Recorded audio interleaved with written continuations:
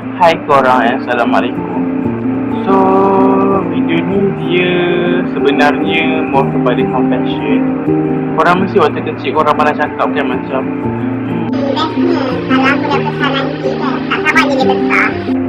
I would say itu macam just very silly of me to say that. I don't know how to say it, I don't know how to describe it. Tapi the thing is, the truth is, membesar ni dia bukan semata-mata dengan umur. Kita makin dewasa bukannya dengan hanya meningkat usia. You know what I mean? It's more than that. Apabila kita membesar, kita bukan semata-mata meningkat umur. Dia datang dengan tanggungjawab, harapan, people expectation, kita punya goals. And you know what? Apa yang cikgu-cikgu cakap selama ni betul. Enjoy lah time korang waktu tengah belajar. Sebab the only thing korang hanya fikir adalah belajar. And as far as I hate to agree with that, it's true.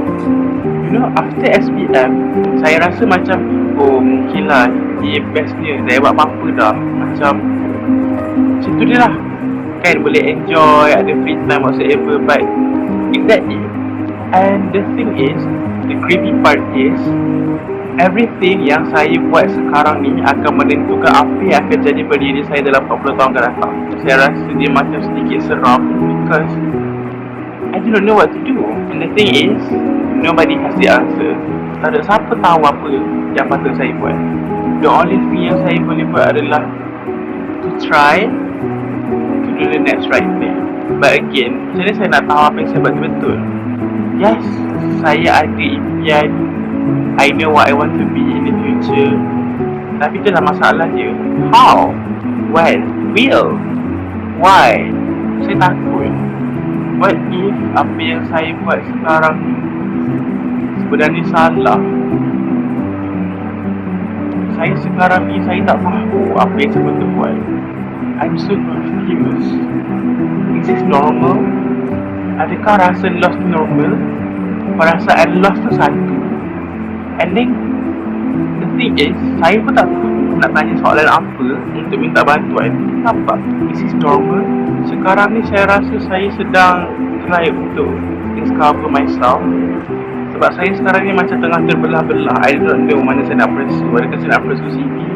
Adakah saya nak pergi hala tuju ni? Dia macam banyak jalan. And each jalan tu sebenarnya saya suka. And I don't know which one to choose. Adakah sudah tiba masa untuk saya istikharah?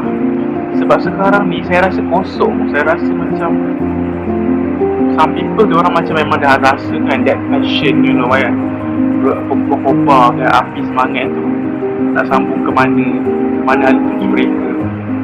But for me, saya tak rasa benda tu. Is it normal? Sedangkan sekarang dah bulan 5, dah masuk bulan 6. So I think that's all. Korang pun tengah mengalami benda yang sama ke?